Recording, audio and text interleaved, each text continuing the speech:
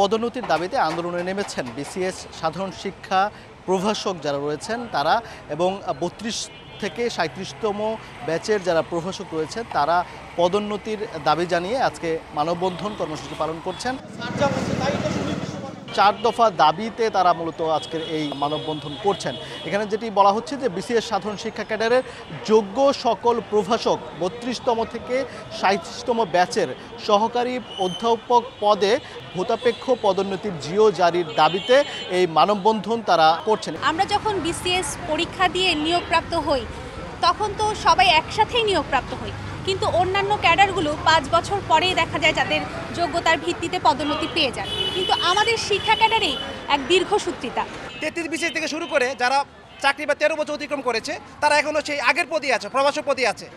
একটা মানুষকে আপনি হতাশা রেখে আপনি তার কাছে সার্ভিসটা কীভাবে আশা করবেন? আমরা চাই যে আমাদেরকে বিসিএস সাধারণ শিক্ষা ক্যাডারের যারা যোগ্য সকল কর্মকর্তার পদোন্নতি আমরা চাই, এবং আমরা চাই যে আমাদেরকে ভূতাপেক্ষিকভাবে পদোন্নতি দেওয়া হোক, অর্থাৎ আমরা যেদিন থেকে পদোন্নতির যোগ্যতা অর্জন করেছি, যেদিন থেকে আমরা পদোন্নতির যোগ্য হয়েছে সেদিন থেকে পদোন্নতি দেওয়া হোক। এটি মূলত ময়মনসিংহ জেলা ইউনিটের বিসিএস সাধারণ শিক্ষা ক্যাডারের প্রভাষক পরিষদের ব্যানারে মূলত তারা আজকের এই মানববন্ধন করছেন, এবং তারা যেটি বলছেন যে অনতি বিলম্বে পদোন্নতির যে ডিপিসি অর্থাৎ ডিপার্টমেন্টাল প্রমোশন কমিটি এটির সভা সম্পন্ন করতে হবে।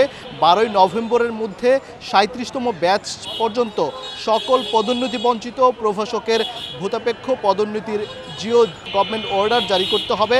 ৩৭তম ব্যাচ পর্যন্ত যোগ্য সকলের ভূতাপেক্ষ পদোন্নতি নিশ্চিত করে অনতি বিলম্বে সুপার নিউমারারি পদ সৃজন করতে হবে। এবং সবশেষ যে দাবিটি সেটি হচ্ছে পদোন্নতি সমস্যার স্থায়ী সমাধানের জন্য দ্রুততম সময়ে পদ আপগ্রেডেশন করতে হবে।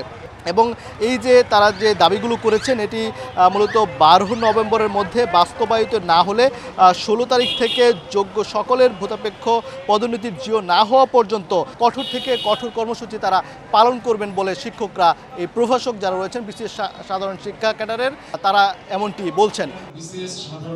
তো এই ছিল ময়মনসিংহের বিসিএস সাধারণ শিক্ষা ক্যাডারের যে প্রভাষকদের যে মানববন্ধন, এই মানববন্ধনের সবশেষ খবরাখবর।